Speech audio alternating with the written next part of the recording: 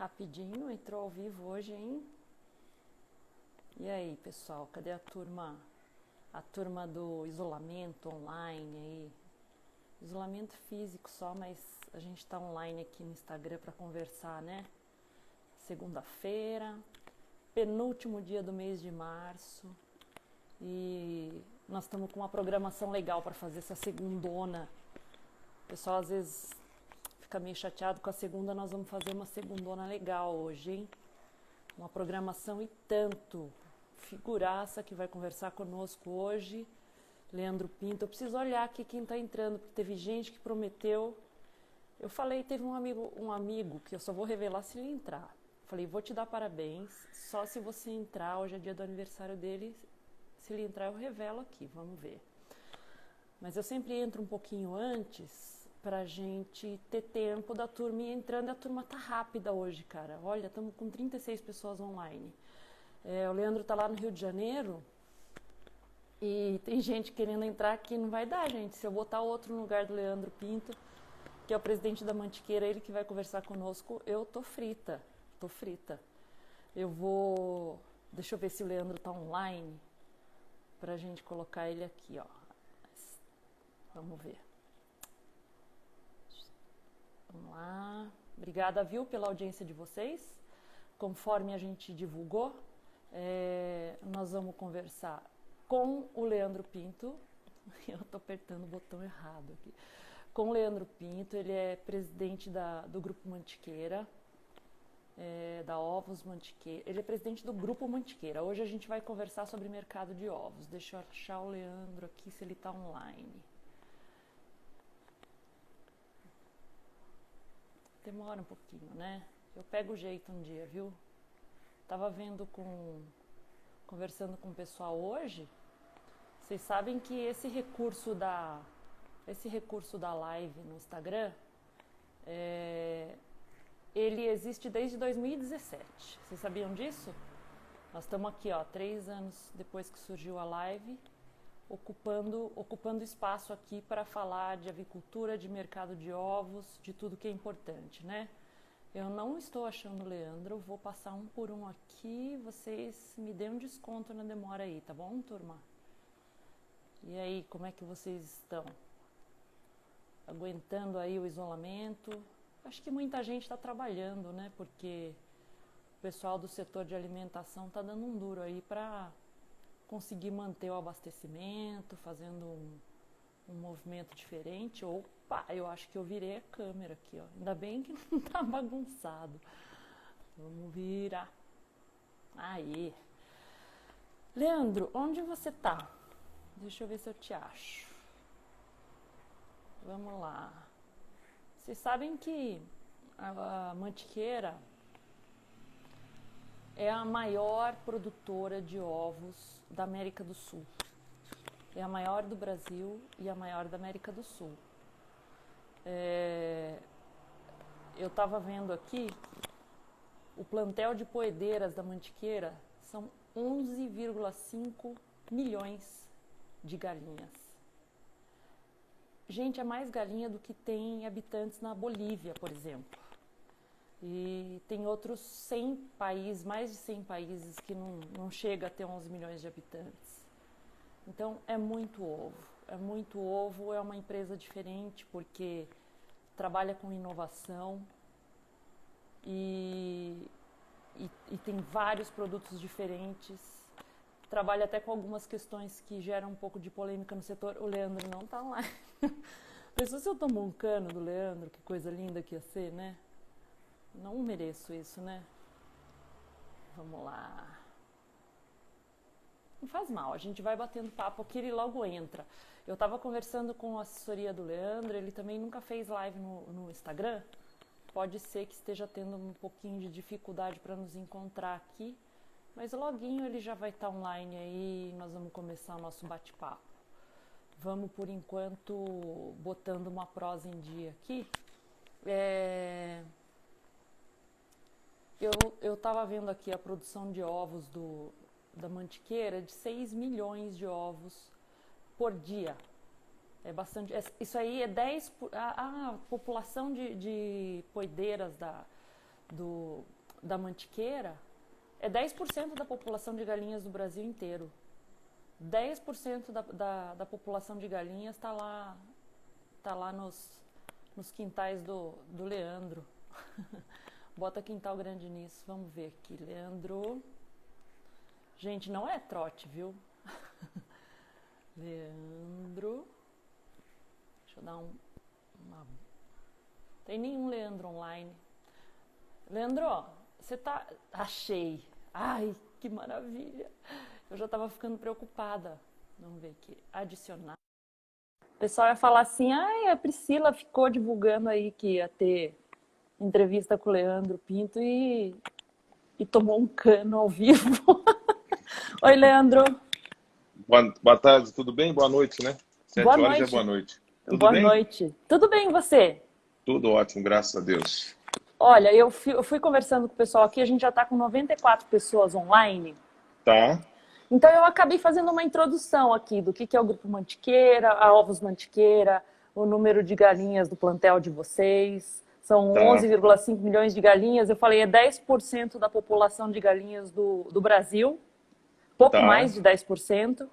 E eu falei que tem país que não tem isso de gente. A Bolívia não tem Hum, 11,5 milhões de habitantes. Olha só, eu acho que você é 6% da população de aves do Brasil, não é Do 10, tá? Brasil. Ah, então eu acho que Isso, o isso. dado que eu usei como referência é que estava desatualizado, 6%, mas é bastante mesmo Isso. assim. É bastante, é. É bastante ovo todo dia. É bastante, são 6 milhões de ovos por dia, é isso? Exatamente. 6,3 milhões por dia hoje. 6 milhões e 300, é muita coisa. A gente Isso. fala, 300 em 6 milhões, né? Que É, diferença que é. faz? 300 ovos. Não é, não é nada. Não é nada. Leandro, eu acho que como a turma tá dando uma boa audiência aqui, a gente já pode ir para nossa entrevista. Mas eu queria Pois não. saber assim, para você que assim a Mantiqueira esteve entre as empresas que foi capa da Forbes no mês de dezembro de 2019, Tá? empresa melhor para trabalhar é isso?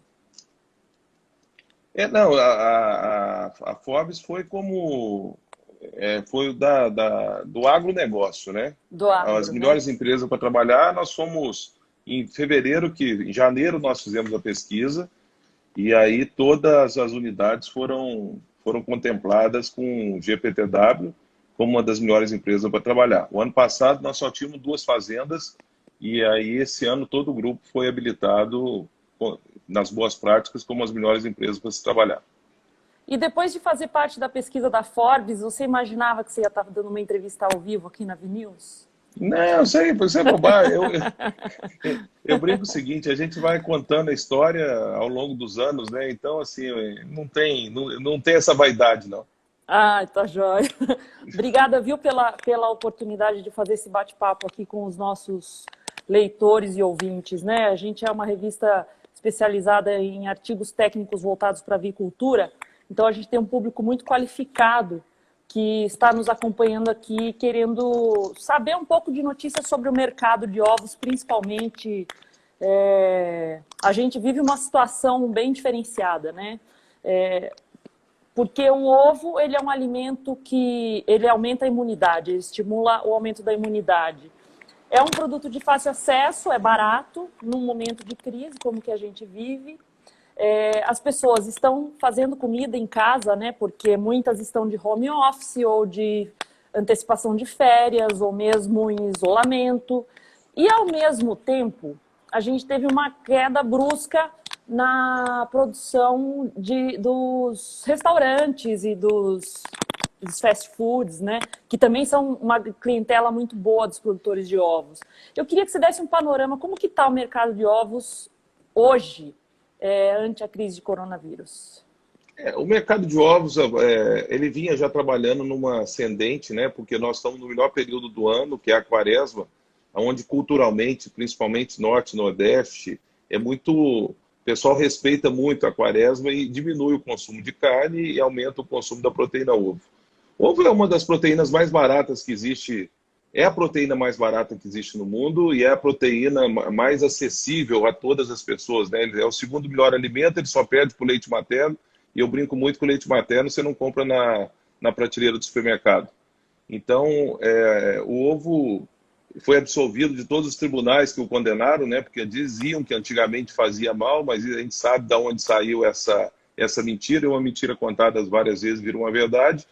Mas, assim, o consumo de ovo já vinha numa ascendente, e o que nós reparamos é o seguinte: do dia 13 de março para cá, quando se começou a intensificar mais a crise do coronavírus, que as coisas começaram a parar, as pessoas começaram a não querer sair de casa, as pessoas começaram a se portar de maneira diferente, o consumo aumentou e a matriz de consumo aumentou, porque as pessoas ficaram em casa e deixaram de ir para restaurantes, bares, lanchonetes, né? E foram para o supermercado, porque eles precisavam comer. Isso mesmo antes das empresas começarem a soltar de home office, que foi logo na semana seguinte. Então, o que aconteceu foi uma mudança de comportamento da matriz de consumo, né? Ela deixou do food service e foi para como é que fala? Foi para o consumo interno. Isso aconteceu de uma forma muito rápida, e como o ovo é produzido todo dia e não tem estoque, de repente a gente se viu surpreso com tamanha demanda, e nós fomos tentando entender o que estava acontecendo até ter essa leitura por volta do dia 17, 18, e aí sim o mercado virou uma loucura, né? E o consumo explodiu em todos os supermercados. Os supermercados tiveram picos de venda nessas 2 últimas semanas. Na última semana eles já começaram a ficar mais calmos, como é uma natural que esteja mais calmo, né? Mas assim, a demanda pelo produto ovo ainda continua muito alta. E o que aconteceu, que a gente começa a receber reportagem, a gente dos Estados Unidos, da Europa e do Japão, aqui da própria América do Sul, e o consumo de ovo explodiu mesmo em todas as regiões, né? Porque o ovo, como ele é completo, inclusive é rico em vitamina D, que é uma das vitaminas que protege mais do coronavírus, né? Então, assim, foi muito de repente, mas aconteceu, e de repente começou uma falta de ovo, uma procura absurda pelo produto, que nem mesmo transferindo o ovo do food service para os supermercados, tá? Que isso aí a gente por volta de 10% que você faz, nem mesmo trazendo esse ovo para o consumo do varejo, foi capaz de atender todas as necessidades que existiam da demanda do consumo. Como que se mede essa expressão explodir o consumo? Em percentuais? Acho que a internet do Leandro voltou, Leandro. Não sei se voltou. Você conseguiu Não ouvir minha consegui ver pergunta? sua pergunta. Não. Como que mede? Você está falando assim estourou o volume de consumo de ovos? É percentual? Como que vocês medem Não isso? é percentualmente, né? O consumo aumentou 50% em 15 dias, né? Hoje ele está voltando a uma normalidade, mas ainda acima, ele nunca volta ao que ele era. Igual quando teve aumento de consumo de água aqui no Rio de Janeiro por conta da SEDAI. Ele era um consumo, e quando aconteceu, explodiu, e ele nunca volta naquele consumo que era. Ele volta sempre maior do que era, né? E as pessoas, a gente sente nos pedidos, né? Na demanda dos supermercados, e a gente vai nas lojas e visita, e nós temos um corpo de vendedores e promotores que são guerreiros aí, que enfrentam o dia a dia, apesar de toda a adversidade, e eles conseguem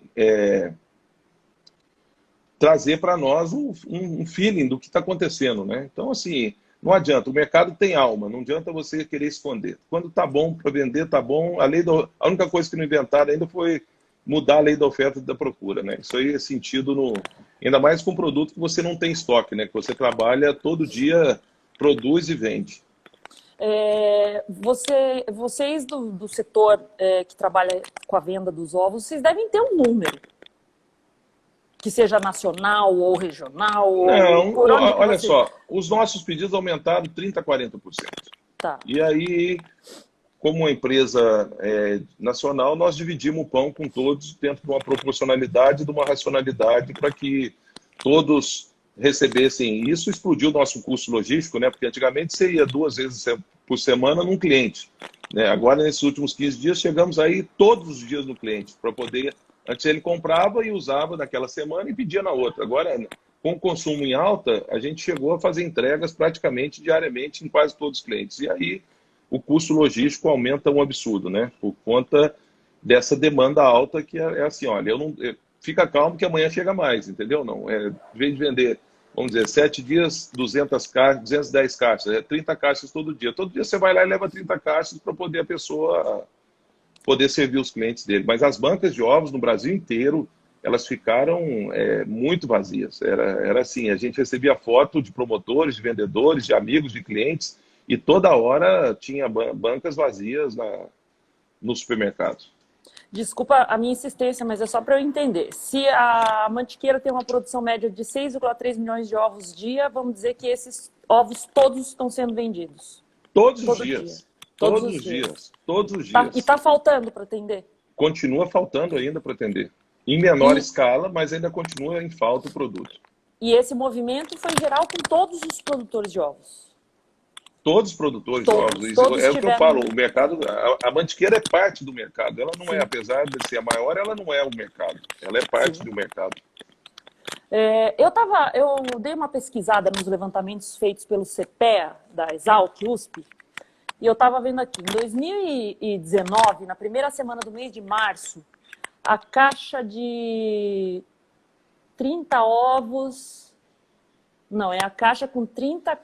a caixa de ovos estava... 30 dúzias. 30 dúzias. 360 ovos. Isso. Estava 99,67 ovos brancos. Tá. 117,75 ovos vermelhos. Tá. Agora, em 2020, agora na terceira semana, estava 101,76 ovos brancos e 120,15 ovos vermelhos. Tá. Na terceira semana de março. A gente tem visto alguns supermercados passando a responsabilidade do aumento do valor do produto às indústrias de alimentos. Não só de ovos, mas a gente viu em alguns lugares falando de feijão, de óleo. Você estava até comentando que a lei de mercado de oferta e procura, ela não muda. Exista coronavírus ou não. Eu falo porque é um período que se teme muito a crise, né? E às vezes a gente vê um alimento que é acessível ter um aumento de valor. Por que acontece isso? A lei de oferta e procura continua valendo mesmo na crise? Não é só a lei de oferta e procura. Existiu uma tendência de diminuição de produção em função dos custos, que com o aumento do dólar de 4 para 5,20, que é 30%, o farelo de soja subiu 30%, o milho subiu 30%, são produtos exportáveis. As metioninas que os produtos básicos que a gente compra para poder fazer a ração, que são importados da China, o que acontece? Isso explodiu de preço também em função de dólar e dos problemas que a China teve. Então, assim, não é a crise do coronavírus, ela começou na quaresma, que é a melhor época para se vender ovos. Ovo foi um produto, é um produto muito completo e os custos vieram atrás disso, subindo muito.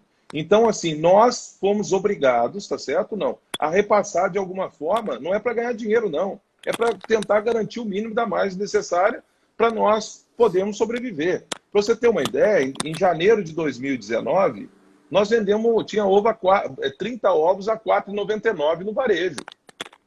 Sabe, isso é uma irracionalidade. E naquele momento nós não tivemos ninguém para chegar para nós e falar assim, olha, o que vocês precisam para poder ganhar dinheiro? Naquele momento, janeiro de 2019, foi o pior ano da avicultura do Brasil desde que eu comecei a ter todas as medições. O resultado foi uma loucura. Nós começamos o ano menos muita coisa, entendeu? Não? E ao longo do ano nós fomos tirando essa diferença. Mas nós estamos vindo de 2 anos sofridos. 2018 e 2019 foram anos que não foram fáceis para nós. E não adianta, tá? Uma multinacional, que é uma Cargill, que é uma Bunge, que inclusive fornece óleo de soja para supermercado também, porque o farelo é um subproduto do óleo de soja. Eles sobem o preço e não querem saber se você vai comprar ou não vai comprar, porque se não comprar, vai embora para exportação e nós aqui não temos o que fazer. Então, assim, o que aconteceu é que o mercado já vinha numa reação, tá? Por conta de diminuição de produção em função de altos custos para se produzir. Né? Uma saca de milho que há um ano atrás era R$ 40, hoje é 60. Isso aí não é eu que estou falando. Se vocês pesquisarem em CPE, em órgãos públicos, nas exportações, o Brasil colheu a maior safra de milho em 2019 de toda a história e foram 45 milhões de toneladas embora. Então, assim, nós mandamos embora um produto primário e deixamos de produzir um produto secundário com preço justo para o consumidor. Isso não é uma culpa do produtor, não é uma culpa do supermercado, é uma culpa da cadeia que nós, como toda a cadeia, precisamos, para nos mantermos vivos, remunerar o nosso capital e o nosso risco do negócio. Existe algum tipo de articulação que possa superar essa barreira? Porque eu acho que se produz ovos há muito tempo no Brasil já e eu acho que esse problema é permanente, né? Não existe uma maneira de superar. Não tem. O problema é o seguinte, a proteína, frango, boi, porco, ovo, acontece isso. Nós somos dependentes da proteína vegetal para poder produzirmos a proteína animal. E não adianta. Antigamente, a matriz de preço de milho hoje mudou. Nós fomos para o Mato Grosso há 12 anos atrás porque o milho era barato naquela época. Hoje nós concorremos com as indústrias de etanol. Nós concorremos com a exportação para o Arco Norte, que saiu lá para cima e saem os navios carregados e vão embora. E o produtor não quer saber, ele quer garantir a sobrevivência dele. Então, o produtor de milho, tá certo? Não. E as grandes trades, que são as processadoras de farelo de soja, elas não querem saber, tá certo? Não. E sobem o preço em função do câmbio, em função da demanda externa também, que está muito alta. Isso aí em outros países funciona assim também? É igual. É igual? E não existem países igual. que subsidiam produção para atender os produtores do setor? Olha, ou não? Não existe, e no Brasil existia nos governos anteriores, eu era totalmente contra, porque quando o produtor de milho estava ganhando dinheiro, ele não queria saber de nós. E o dia que ele estava perdendo, o governo ia lá e comprava pelo preço mínimo, subsidiava e arrumava a vida dele. E eu sempre fui a favor do livre comércio, entendeu? Não. Eu acho assim, tem que deixar as coisas acontecerem de forma tranquila, naturalmente, sempre respeitando oferta e demanda. Agora, eu acho assim, a ministra Tereza Cristina tem feito um puta trabalho. Eu acho que nós temos que ver a real necessidade para alimentar 212 milhões de pessoas e não deixar exportar mais do que precisa. Porque senão nós vamos criar uma inflação aqui dentro, porque os produtos vão subir de preço. Então, por exemplo, eu acho que nós temos que ter uma racionalidade do tamanho da produção que é para alimentar com preço justo, tanto para o produtor quanto para o consumidor, o Brasil, e esse produto, tanto a soja quanto o milho, fique dentro do Brasil, porque nós somos grandes produtores das duas maiores matrizes de ração, que é soja e milho. E aí o restante sim exportado, porque senão acaba que a gente alimenta o mundo lá fora com produto primário e cria uma inflação aqui dentro, subindo o preço, porque a demanda não adianta. Se você está tomando prejuízo, se você não tem dinheiro para poder comprar ração e subsidiar o seu negócio, você vai começar a diminuir sua produção. E quando diminui a produção, pega uma invertida dessa que o consumo aumenta, os preços aumentam naturalmente. Tem alguns comentários aqui. Eu confesso, Leandro, que eu estou um pouco atrapalhada porque a audiência está o dobro do que a gente vinha tendo. Ah, que bom. Então, para acompanhar a quantidade de comentários é um pouquinho mais difícil, mas tem a turma de Primavera do Leste, é isso? É o nome da cidade, isso. Não é? Da Mantiqueira tá presente aqui, está mandando um abraço e te elogiando.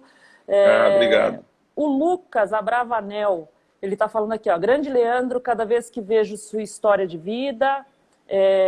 aprendeu a fazer do fracasso um passo de dança ao seu... Sou seu fã, cara. Esses são os meus amigos. Você não pode acreditar em tudo que eles falam. Não, mas tem pergunta aqui, grande Leandro, vamos ver, eu tô chegando. Tá. Porque aqui o legal dessa conversa é que a gente abre para as pessoas perguntarem e muitas vezes o jornalista ele não traz todas as perguntas que o pessoal tem, né? Vamos ver aqui, ó. Tem aqui, nesse período a logística chega a brilhar ainda mais, vamos ver, o custo de produção aumentou muito, sem contar que os aumentos das vitaminas, aquilo que você falou, o pessoal comentando aqui, corroborando. Aqui, ó. Como diz o Dr. Lair Ribeiro, esse cara sabe do que está falando, grande professor da avicultura. Vamos lá, Leandro. A demanda vai continuar após passar essa situação do coronavírus? Até porque é uma proteína barata. Olha, não é só uma proteína barata. Não adianta você ter uma proteína barata que te faz mal, né? Você tem uma proteína que é barata e que te faz bem. Eu estava num jantar antes, agora no final do ano em São Paulo, tinha um médico e um deputado, e eu não sabia que ele era médico, e ele perguntou o que eu fazia, eu falei, eu produzo ovos. Ele falou assim, ele virou para o médico e falou assim, o dia que vocês... O médico virou para o deputado e falou, o dia que vocês colocarem ovo nas merendas escolares e parar de dar alguns produtos que vocês dão hoje para as pessoas, daqui a 15 anos, com certeza, a fila do SUS vai ser muito menor que é hoje. Então assim, não o ovo é um produto nobre. O ovo é um produto que tem que ter o lugar dele reconhecido, porque não, além de alimentar, ele alimenta com saúde, ele leva saúde para as pessoas. E eu acho que isso é mais importante do que ser uma proteína barata. Acho que mais importante do que ser barato é a saúde que ele leva para a mesa dos consumidores e para as pessoas que consomem. De qualquer maneira, você acha que o consumo vai continuar alto pós essa crise? Vocês O têm uma consumo de previsão? ovo, o consumo de ovo ele vem numa crescente. Nós crescemos, nos últimos 10 anos, cresceu 60% o consumo de ovos. Em 2018, nós tínhamos 192 ovos. 2019, nós fechamos com 212. Não, desculpa, 2017 foi 192, 2018, 210, 2019, 230 ovos. Então, assim, ele vem numa crescente. O Brasil demorou para acordar para essa proteína. Porque no mundo, hoje nós estamos já na média mundial, mas você pega um México, Estados Unidos, no Japão, o consumo per capita é de 360 ovos por habitante ano. E ovo, assim, hoje ele faz bem para tudo, para quem precisa malhar, para quem precisa trabalhar, para quem quer uma proteína mais barata. Então, virou uma matriz de alimentação boa e barata. Então, acho que isso aí é uma tendência que não tem como segurar, né? E se olhar o mundo hoje, está em falta de ovo. Você pega os países sul-americanos aqui, uma caixa de ovo lá está $28. Você tem esses dados dos países vizinhos da América do Sul aqui? Sim, Uruguai, $28, Argentina, $28, entendeu? Não, Chile, $30. Então, assim, é a proteína do momento, tá? Ela é uma proteína saudável, é a BBB, boa, bonita e barata, do qual eu tenho orgulho de produzir. O Lenilson está falando aqui, ó. Quais são as perspectivas de exportação neste ano em relação ao ano passado? Olha só, esse ano o que nós fizemos? O ano passado a gente exportou bastante e esse ano a gente resolveu, aí sim foi uma decisão estratégica da empresa, priorizar o mercado interno. Ou seja, se nós estivéssemos exportando hoje, o preço do ovo para o consumidor final estaria muito mais caro. Então, assim, quando a gente viu, mesmo com câmbio, que eu brinco muito que o Brasil é um exportador de câmbio, né? Com um câmbio de 5,19, igual fechou hoje, a gente optou por deixar o ovo dentro de casa. Então, assim, esse ano eu acredito numa diminuição grande da exportação. Aqui tem o pessoal da Zucami te mandando abraço, o pessoal da Cargill. Obrigado. O Bruno está falando aqui, ó, sou pequeno produtor e estou baixando a produção exatamente pois não tenho dinheiro para estocar, que nem ele disse. Assim, a verdade, tem coisas que você não consegue esconder, né? Tudo que eu falei é a verdade. Então, a verdade, ela serve para todo mundo. É difícil. Se nós tivéssemos que estar comprando grãos hoje, com certeza seria bem complicado. A Marielle está falando aqui, ó. Qual a perspectiva para 2020 com essa crise? A demanda permanecerá alta? É o que você acabou de responder, né? Olha, essa crise, nós entramos nela sem saber como é que vamos sair, né? Diferente das outras. Eu comecei minha vida com 17 anos, em 87, na primeira crise brasileira que teve, que foi o fim do Plano Cruzado e o fracasso do Plano Cruzado, né? Que foi em 1986. E de lá para cá foram várias crises. E o único jeito que nós achamos de vencer as crises foi trabalhando. Então, assim, eu brinco muito, o único lugar que sucesso vem antes do trabalho é no dicionário. Então, nós temos que trabalhar, nós temos que acordar cedo, ter foco no que faz, diminuir custo, diminuir despesa, ver o que pode melhorar na operação. Agora, como é que vai ser o depois? eu não sei, eu jamais imaginei que nós estaríamos hoje, tá certo? Não, com essa falta absurda de ovo. Eu imaginei que nós teríamos uma falta normal de uma quaresma, mas uma falta absurda, igual nós estamos tendo hoje, que os preços de fato subiram, eu não imaginava. Então, assim, eu tenho muito medo de prever o futuro. Eu acho que aqui na empresa, cada dia está sendo uma semana, entendeu? E a gente está vivendo um dia de cada vez. Eu tenho medo de falar qualquer coisa. Mas eu acredito, eu brinco muito que produzir alimentos e saudáveis, você é a última, a crise é a última a te afetar. Porque as pessoas não param de comer e a crise do alimento ela dura 5 horas, é o prazo da gente ter fome. A Lu está perguntando aqui, ó, existe a possibilidade de descartes em massa das aves pelo alto custo de produção? Cada um tem a sua estratégia, né? Hoje os frigoríficos do Brasil não têm capacidade para poder descartar em massa todas as aves, né? Então, assim, é uma coisa... As vendas regionais acontecem, mas é uma coisa que, se todo mundo quiser descartar ao mesmo tempo, vai criar vai apertar um botão vermelho no sistema também. Não estamos preparados para isso. Vamos ver aqui. Como você está esperando um movimento especulativo no mercado de soja? Lucas Espíndola. Cara, é complicado demais, né? Eu brinco que o mercado, Chicago, dólar, foi... se você quiser entender muito, você para de trabalhar e vai trabalhar só nisso e ganhar dinheiro e não precisa ter uma empresa, não precisa correr os riscos que o empresário corre. É muito difícil prever o futuro, né? Mas nós estamos aí colhendo a maior safra de soja do Brasil de novo e ela está indo embora, porque o Brasil tem um câmbio de 5,20 e esse câmbio é altamente competitivo e as trades estão comprando e não adianta. A China, depois desse susto, vai voltar a se alimentar, comer de novo. Acredito que os food services lá vão sofrer, entendeu? Não, as pessoas vão fazer alimentação em casa e quando você se alimenta em casa, com certeza o seu consumo é maior do que na rua. Leandro, você está tendo problemas de abastecimento diverso por várias empresas fornecedoras, seja de peças, pneus, etc., estarem paradas? Esse é o Alex que está perguntando. Não, por enquanto não. A gente tem sempre um estoque razoável de alguns produtos, né? Tanto de peças, de caminhão e tal.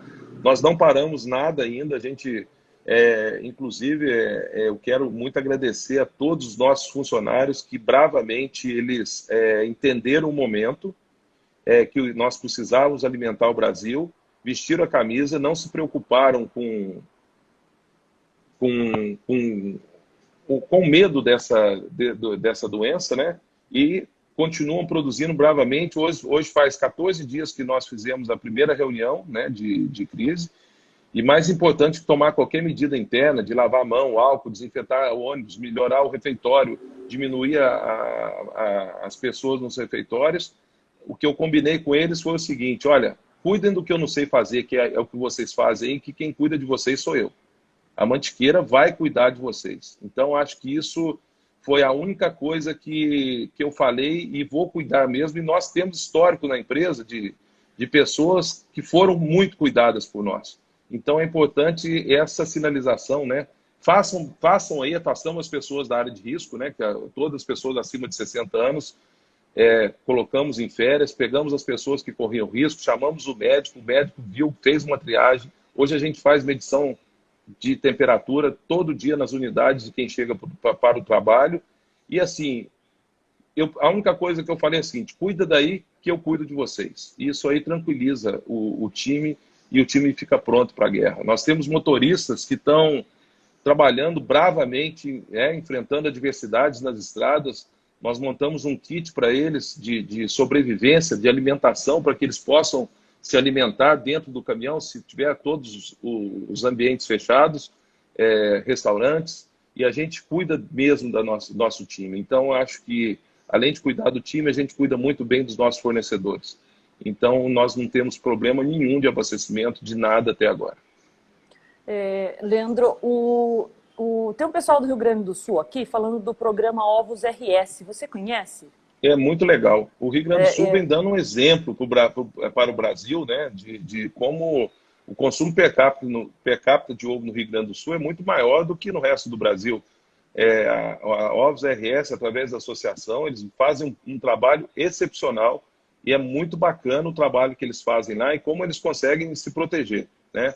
O Rio Grande do Sul, em termos de ovo, hoje eu brinco que é um Vaticano dentro de Roma. É outra, é outra pegada. Eles servem de exemplo para nós, para a gente poder juntar a categoria e fazer para o Brasil isso. Aí sim nós vamos poder aumentar o consumo, e aumentando o consumo a gente pode aumentar as granjas, gerar mais empregos e pegar esse produto que a gente exporta hoje, milho e soja primário, e trazer para o secundário e gerar rendas para o nosso país. Tem muita pergunta aqui, eu tenho que pular Fica à algumas, pessoal, vontade. me desculpa. Ó. Eu peço desculpa até para o pessoal que está fazendo as perguntas aqui. Ó. Vamos lá. Ó. O Tiago está falando aqui. Ó. Leandro, sou do ramo de confeitaria, escola e produção. E tenho vários alunos que trabalham vendendo nas ruas bolos e doces. O que você poderia dizer para eles nessa situação? Sou de São José dos Campos. Não desistam. Isso aí passa, tá certo? Não. Se resguardem, se comportem como pensando na saúde e na vida, tá? Porque isso vai passar e logo as pessoas estão na rua e vão voltar a vender, a comprar e é assim, é passageiro. Mas nós precisamos desse momento de reflexão, né? Eu acho que assim, não desista. O Tiago está perguntando aqui, ó, o que poderia comprometer a imagem do ovo e provocar queda de consumo? Quais principais pontos críticos que os produtores devem seguir alertas? Olha, sanidade para nós é primordial, né? Ter um produto esterilizado, limpo, lavado, sem resquício de nada, isso aí é muito importante. A gente tem as melhores máquinas do mundo que fazem toda essa triagem de todos os ovos e a gente consegue ter isso. Eu acredito que o ovo ele passou por várias provas, né, ao longo desses... Eu tenho 32 anos, a empresa faz 33 esse ano, eu tenho 33 anos que eu mexo com isso. E o ovo passou em todas as provas, né? Eu acho que eu acho que só uma catástrofe, uma doença que possa, caso tenha alguma doença que possa ser transmitida pelo consumo, mas eu não acredito nisso porque ovo é vida, né? E na vida, dentro da vida, da barriga de uma mulher, dentro de um ovo, não existe doença, né? Ele é extremamente acima disso tudo. Vamos ver aqui. Tem turma do Brasil inteiro aqui, Leandro. Parabéns mais uma vez. Vamos lá. Mas caminhoneiros começam a parar por não terem oficinas abertas, peças disponíveis. Isso aqui é aquilo que você comentou, que vocês dão toda uma estrutura para o pessoal que atende. E a frota nossa, a frota é nova, né? Então acaba que isso aí... E outra coisa, ela é uma frota... A gente sempre procurou ter os caminhões todos iguais. Então, caso não tenha uma peça na oficina, a gente para um caminhão, canibaliza ele e põe os outros andando, entendeu? Não, teria que dar muitos problemas para poder a gente parar a frota que a gente tem. Pessoal, tem muita pergunta aqui, Leandro, que eu vou entrar num ponto aqui, que é a questão do trabalho inovador. Alguém podia me avisar quanto tempo que nós estamos online já? Eu não consigo ver aqui, porque a gente São tem no máximo 19h31. A gente, mais ou menos meia hora. Ainda. Tá. Leandro, eu queria falar aqui sobre o trabalho... Vocês sempre investiram na Mantiqueira em inovação. Vocês têm, eu estava vendo no site, tem mais de 15 tipos de ovos. Por exemplo, plant-based, orgânico, gourmet, solidário, ômega 3, happy egg, do sítio. Eu até queria entender o que é a diferença do sítio e o caipira. Vocês têm o Clube do Ovo, que também é uma iniciativa inovadora. Vocês têm uma outra iniciativa que é muito legal, que é aquela da granja que vocês colocaram no supermercado aí no Rio de Janeiro, de galinhas livres. Então, assim, vocês são um dos maiores produtores da América do Sul que não deixam de investir em novas linhas de consumo que o mercado conta, né? Que as pessoas estão buscando. Eu queria que você comentasse um pouco, principalmente eu já ouvi de algumas pessoas, assim, pessoas do setor que não veem com bons olhos que a Mantiqueira produza um ovo de base vegetal, entendeu? É como se fosse uma negação à proteína animal. Eu queria que você comentasse um pouco sobre essas coisas. Vamos lá. Na vida você tem dois caminhos. Ou você é o autor do livro ou você é o leitor do livro, né? A Mantiqueira começou em 97 a inovação, trazendo a primeira planta automatizada de ovos para o país. Isso foi, né, foi uma coisa feita por mim e que me orgulha muito, e que isso aí me tornou conhecido e respeitado e admirado, e ganhando a confiança dos consumidores finais e também dos consumidores supermercadistas, ao qual um é meu sócio, quando vendeu a rede dele, mas porque nós sempre tivemos essa veia inovadora junto. Ovo era vendido assim, ou era bandeja de 30 ou era dúzia, e não tinha mais, não tinha uma outra finalidade. Até que, há uns 5 anos atrás, a minha filha, que morou fora, morou em Londres, morou nos Estados Unidos, e ela voltou e falou: nós precisamos tirar o ovo do commodity comum. Nós precisamos fazer um ovo premium. Então, nós precisamos fazer um ovo orgânico, nós precisamos fazer um ômega 3, nós precisamos fazer uma linha de caipira, uma linha de galinha solta. E ela remodulou a equipe de marketing remodulou todas as embalagens para serem embalagens vendedoras. Porque o que encanta o cliente não é... Ele tem que entender a história. Eu brinco muito o seguinte: o cliente tem que comprar a história e ganhar o ovo. Então, essa que é a pegada nossa. E aí, quando aconteceu que... E aí nós fizemos uma linha de produtos. Então, assim, a gente chegava para o supermercado com a linha de A a Z, né? Então, assim, eu tenho tudo que você precisa aqui.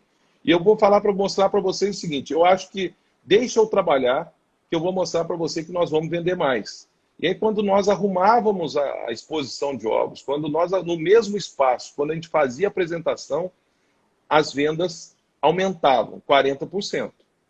E aí eles começaram a dar oportunidades que a gente continuasse mostrando isso em outras redes. Então, foi aquele efeito cascata.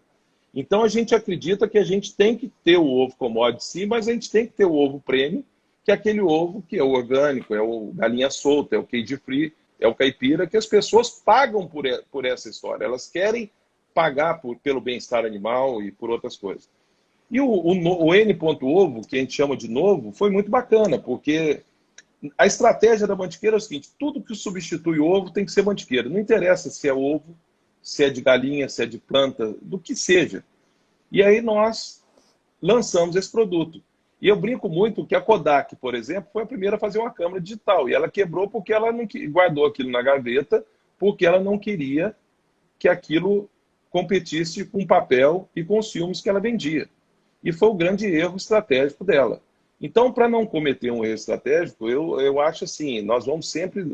nada substitui o ovo in natura. Mas todo produto que competir com esse ovo in natura, eu quero que a Mantiqueira seja a vanguarda, é a nossa estratégia, e nós vamos ter desses produtos. Tem bastante gente perguntando ainda, Leandro, sobre o mercado de ovos depois da quaresma. Então, acho que tem gente que entrou depois. Se você puder repetir, eu acho que dá uma livrada na angústia da turma aí. Não, o mercado de ovo depois da quaresma é um mercado vitorioso. O mercado, ele nunca volta para o tamanho que ele era. O mercado de ovo, ele é crescente. Então, assim, as pessoas cada dia consomem mais ovos, e as bases estatísticas que nós acompanhamos aqui desde 2000, elas são crescentes. Todo ano se consome mais ovo que o ano anterior. E nós estamos indo para a média mundial esse ano. Se a gente, de fato, conseguir 230 ovos agora em 2020, nós vamos entrar na média mundial. Nós temos a Argentina consumindo 270 ovos, que está aqui do lado. Por que nós não consumimos 270 ovos? E a cada um ovo que o pessoal fica preocupado, porque o alojamento, porque isso, porque aquilo, nós temos que pensar em mostrar o nosso produto e que cada dia ele seja mais consumido. Porque a cada um ovo que o aumento per capita em 212 milhões de pessoas aumente, a gente pode aumentar uma granja de 1 milhão de galinhas, seja minha, seja do João, do Manuel, de quem quer que seja. Então a gente não tem que se preocupar em frear a produção. Nós temos que continuar produzindo e fazendo que o consumidor entenda que ele está levando um produto barato e de alta saudabilidade para a mesa dele. Eu acho que é o mais legal isso. Depois que você faz 52 anos, você quer produzir alguma coisa que deixe as pessoas mais felizes, mais nutritivas, não, mais saciadas, né? Que mate a fome de todos. E o ovo, ele vem se mostrando cada vez... eu brinco que é o antifrágil, porque do mais rico ao mais pobre, todas as classes, cores, religiões comem o produto e gostam do produto. Então, ele é um produto que mostra em todas as crises que é um produto antifrágil. Esse trabalho de divulgação das qualidades nutritivas do ovo, ele é um trabalho que no Brasil é coordenado pelo Instituto Ovos Brasil, né? Você Exato. conhece? Qual que é a sua relação com eles, Leandro? A sua não, a da Mantiqueira. É ótimo. Essa história começou lá no Rio Grande do Sul, num evento que teve lá, e lá nós lançamos a Ovos Brasil, que teve adormecida. Isso foi em 2007, há 13 anos atrás. E aí isso ficou adormecido, e aí um dia me chamaram, nós tínhamos alguns problemas com o Ministério da Agricultura para poder resolver, que era uma coisa mais setorial, e aí me chamaram para poder montar um outro instituto para poder cuidar desses problemas de ministério. E eu falei, gente, eu não vou fazer parte de mais um instituto. Eu acho que nós temos a Ovos Brasil, que é um instituto feito por nós, é nosso. Nós temos que engrossar a fileira dele, fazer ele ser um instituto mesmo e que ele defenda as nossas causas. E aí nós fomos atrás do Francisco Turra, e na época é o presidente da BPA, e o Ricardo, e pedimos para eles que eles pegassem a gente para cuidar, entendeu? Não. E prontamente eles pegaram, e aí sim começou a ser um instituto, temos caixa, temos dinheiro, fazemos ações setoriais muito bem feitas, quando temos qualquer problema é lá que nós recorremos, e aí isso aí acaba que é um instituto forte e precisa ser sido por todos nós, granjeiros do Brasil, e nós precisamos cuidar dele e fazer que cada vez ele fique mais forte, porque nós precisamos do Instituto Forte para cuidar do setor. Ele tem uma participação grande dos produtores de ovos do Brasil? Não, infelizmente, como a produção brasileira é muito pulverizada, é muito difícil, às vezes, colocar na cabeça de algumas pessoas a importância de ter um Instituto Forte. E eu brinco assim, um galho na mão você quebra ele fácil. Quando você põe vários galhos, é mais difícil quebrar. E os grandes têm acesso, mas os pequenos não. E os problemas do pequeno são os nossos problemas. Porque problemas, principalmente de sanidade avícola, é uma coisa que existe e que nós precisamos cuidar, muito bem cuidado, para continuar produzindo e não deixando que a sanidade coma parte dos nossos resultados. E aí, além disso, é mostrar para as pessoas, e é o que o Instituto tem feito de uma forma muito nobre. Eu quero aqui agradecer ao Ricardo Santi, que é o presidente do Instituto, a Tabata, que é incansável, que nos ajudam a divulgar as propriedades dos ovos, a buscar matérias, a buscar material, a fazer disso uma coisa, sabe? Eu fico muito feliz de ter um instituto cuidado tão bem por pessoas tão competentes que ajudam a cadeia como um todo, do menor ao maior. Os que não participam levam vantagem, tá? Mas isso aí não preocupa. Eu acho que o importante é fazer bem feito. O pessoal Mas está acredito pedindo... que todo produtor tinha que participar. Só queria alertar o pessoal, essa entrevista, quando ela termina, ela fica disponível no Stories da Avenews, ela fica disponível no ao vivo. Mas a gente faz o download, nós vamos subir no YouTube e vamos disparar em todas as redes para ficar disponível o material para a turma que não pegou inteira. Então podem ficar tranquilos, tem gente que já perguntou umas 4 vezes aqui, então por isso que eu estou fazendo esse comentário. Vamos lá, entre núcleos, premix, gorduras e outros, vitamínicos, minerais, quais dessas têm custo para a nutrição animal na realidade da Mantiqueira? Não entendi a pergunta. Eu acho que ele está falando, o Rogério está perguntando, de quais produtos que pesam mais no custo de alimentação das aves da Mantiqueira. Milho, farelo de soja e premix. Os outros componentes acabam tendo Os outros são componentes, a farinha de carne hoje também está pesando, mas os outros componentes acabam que são mais baratos. Tem uma pergunta do Mal, eu acho que é Mal, eu não enxergo direito muito de perto, pessoal. Falando aqui, ó, o biofilme para revestimento da casca do ovo, que promete dobrar o shelf, será bom ou ruim para o produtor? Você conhece Eu, esse... eu conheço, já estamos analisando ele. Eu acho que isso aí para as distâncias longínquas é um bom produto, porque se ele de fato ele garante a validade do ovo, é muito bom. Para você ter uma ideia, a gente exporta ovo para Dubai, para Hong Kong e para a África, né? A África é 180 dias de validade, desde que seja numa geladeira, entre 0 e 4 graus. Hong Kong são 6 meses, Dubai são 90 dias de validade. Então, aqui no Brasil, a gente trabalha de 25 a 30, porque a cadeia não é refrigerada. Mas eu acho que é uma coisa que a gente tem que pensar e fazer todos os testes, né? E, de fato, se for isso mesmo, para nós vai ser muito bom, porque nós vamos conseguir dar longevidade ao nosso produto. Porque o nosso produto, eu brinco, ele já nasce morrendo, né? Ele já, cada dia ele perde um dia de validade, como a validade de 30 dias é muito curta, cada dia ele perde 3% da validade. Então, é importante isso.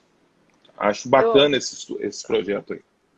tem um comentário aqui do Marcos que eu achei muito interessante.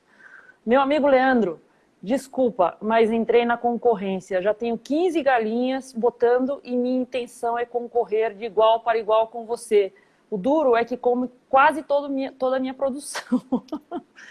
O pessoal fazendo brincadeira aqui no, Mas fala para nesse ele não comentário. desistir, não. A gente não pode menosprezar nenhum pequeno, porque um dia eu fui um dos menores produtores do Brasil. Então, assim, eu tenho maior respeito para todos que querem empreender, acreditam e querem fazer. Entendeu? Não. E respeito todos eles, porque um dia eu fui muito pequeno também.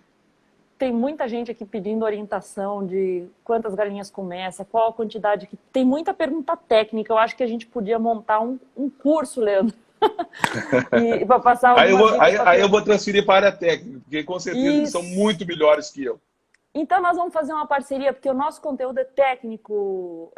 Eu queria te propor aqui online, porque daí se falar que não vai ficar chato, da gente fazer uma parceria para trabalhar conteúdo técnico através da Avnews Brasil e o know-how da Mantiqueira, a gente poder levar um pouco mais de informação para o Brasil e poder aperfeiçoar cada vez mais a produção aqui, né? Agora, tem uma pergunta A muito coisa melhor do mundo é interessante. democratizar isso. Né? Exato, a gente tem que, informação técnica tem que ser passada adiante para a gente levar o nível da qualidade da É. produção E brasileira, eu, né? só para poder, eu estava lembrando aqui agora, você perguntou para mim também sobre o Clube do Ovo, né? Eu falei do Novo e não Isso. falei do Clube do Ovo. O Clube do Ovo está se mostrando uma revelação agora, né? Porque, na verdade, as pessoas não estão saindo de casa. Então, o consumo de ovo aumenta e as pessoas querem ser atendidas em casa. Eu acho que é uma inovação, eu acho que é importante a gente ter a base de dados dos clientes, saber como eles se comportam, quantos ovos comem, qual a preferência, qual a classe social dele, para que isso sirva de, de estratégia, de dados para a gente poder montar todas as nossas estratégias e pretendemos levar isso através de franqueados e pessoas para o resto do país onde a Mantiqueira atua. O pessoal é legal porque o pessoal interage aqui. Tem gente que pergunta e os outros já respondem a pergunta. A gente não precisa nem entrar no meio aqui, Leandro. Que bom. Dá só para ficar vendo aqui. Mas tem uma pergunta que eu vou fazer porque o Bruno repetiu 2 vezes aqui, ó. Uma granja com 1.000 galinhas dá dinheiro ou muitas despesas? Depende, né? Depende do como você, às vezes, trabalhar na Mantiqueira ou numa outra granja, você vai ganhar a mesma coisa do que ter 1.000 galinhas. Mas, às vezes, o prazer que você vai ter de ter 1.000 galinhas é muito maior do que trabalhar numa empresa, né? Então, assim, eu acho... eu volto a dizer, eu não sei se é grande, se é pequeno, mas eu acredito que tudo que é feito com carinho, com amor, assim, esse cara com 1.000 galinhas, ele tem que vender todos os ovos dele, de ovo em ovo, para os vizinhos. Ele não pode nem pensar de querer vender no supermercado, entendeu? O Rogério está fazendo uma pergunta que é interessante aqui. Ó. Até 2025, o Brasil conseguirá mudar grande parte do sistema de criação comum para o sistema livre de gaiolas? Eu não sei se vai conseguir, mas nós estamos firmes nesse propósito de fazer essa grande mudança. Vocês têm ideia de prazo, Leandro? Não temos prazo. Assim, estamos investindo e acreditamos que esse é o caminho, esse é o futuro. tá? E, Eu, inclusive, tem grandes empresas, né? Tem umas empresas que jogam para a torcida, outras empresas que, de fato, acreditam no propósito do bem-estar animal, né? No Brasil, nós temos exemplo disso. Nós temos a Barilla, por exemplo, ela mudou, em 2018, todo o consumo de ovos dela para ovos de galinha solta. Então, assim, isso é um exemplo de uma empresa que está preocupada, de fato, com o bem-estar animal. Nós temos a JBS que anunciou que, a partir de 2020 agora, ela também vai mudar todo o seu consumo para ovos de galinha feliz. Temos o Madeiro, que, como food service, que mudou toda a linha dele para ovos de galinha solta, né? Temos o McDonald's, que já mudou toda a Regional Sul. Enfim, tem várias empresas já acreditando nisso e apostando nisso. Temos algumas cadeias de supermercados que acreditam nisso e acho que isso aí é a grande mudança. E é muito bacana que nós montamos, como você já mencionou, o galinheiro aqui no supermercado Zona Sul, aqui no Rio de Janeiro, e é um sucesso. As crianças curtem, os pais curtem, ou seja, nós trouxemos a roça para dentro da cidade grande, né? E não é escondido, é no meio das avenidas mais movimentadas do Rio de Janeiro. Isso aí leva a crer que esse movimento é um movimento sem volta. o Rodrigo está falando aqui, ele falou várias vezes que essa questão do ovo de galinha livre, ele é um nicho, né? Na verdade, são espaços que o mercado dá que tem que ser ocupados, né? Você conseguiu ouvir, Leandro? Acho que falhou a conexão. Não consegui. Não consegui. O Rodrigo manifestou várias vezes aqui que essa questão do ovo de galinha livre é um nicho. São espaços, né, do mercado de consumo que são ocupados, né, que tem que ser ocupados, né? Se você não ocupar, alguém vai ocupar. Então, se alguém é para ocupar, que seja você. Eu não sei se é nicho ou se não é, como a automação há 22 anos atrás, há 23 anos atrás, quando nós trouxemos os primeiros galpões automatizados do país, não se consegue mais produzir se não for com essa tecnologia, né? E agora nós estamos vivendo um novo modelo, que é o modelo como é que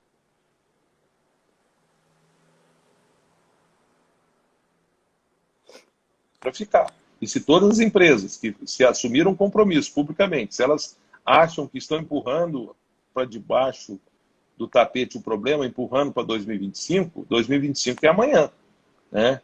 E aí, assim, eu acho que ninguém é obrigado a combinar nada, mas a partir do momento que você combina, você é obrigado a cumprir. Então, assim, hoje o Brasil não está preparado para atender todas essas indústrias que já assumiram compromisso de, a partir de 2025, usarem ovos de galinha solta. Leandro, desculpa abusar, mas que horas são aí? Para eu ver quanto tempo nós temos ainda. 19h51. Ai, 9 minutos. 19... Leandro, você é um arquivo vivo, assim, pela sua experiência. Não é à toa que a Mantiqueira é o que é. Agora eu vou babar ovo, porque eu não te conhecia, não tinha feito a entrevista assim ao vivo. E eu estou impressionadíssima com a quantidade de informação que você tem para passar. A gente tem que explorar isso aí melhor. E a gente não vai conseguir fazer tudo em uma live só. Eu vou deixar disponível esse material online, tá bom? No canal do YouTube, Avinews Brasil sempre, Facebook, LinkedIn, Instagram, Twitter, todos vocês podem procurar Avinews Brasil, conteúdos técnicos sendo disponibilizados diariamente lá, material de qualidade, e mais essa entrevista para enriquecer a nossa conversa. E eu queria deixar o canal aberto, porque a gente vê muita carência de informação. Talvez se a gente pudesse dividir a nossa conversa em partes e fazer essa parceria com a sua equipe técnica, a gente consiga levar mais informação de qualidade adiante. Leandro? Muito legal, né? Assim, eu brinco que a gente não sabe por que as coisas acontecem, né? A gente está em casa hoje, há 14 dias aí, mantendo um time motivado, cuidando do time, cuidando dos consumidores, cuidando dos clientes. Isso que nos motiva. E eu acho que o mundo vai voltar muito mais humano do que ele era, né? Eu acho que dividir conhecimento, dividir experiências e contar histórias e poder inspirar as pessoas, isso é muito legal. Isso aí eu acho que é um propósito de vida para mim, isso particularmente, independente de Mantiqueira, né? Poder conversar com as pessoas e contar causos, como a gente fala, e contar histórias verídicas e como tudo aconteceu e servir de inspiração. Isso é muito legal. Leandro, mais uma vez, muito obrigada. Muito obrigada ao pessoal que participou. Me perdoem se eu deixei perguntas sem fazer.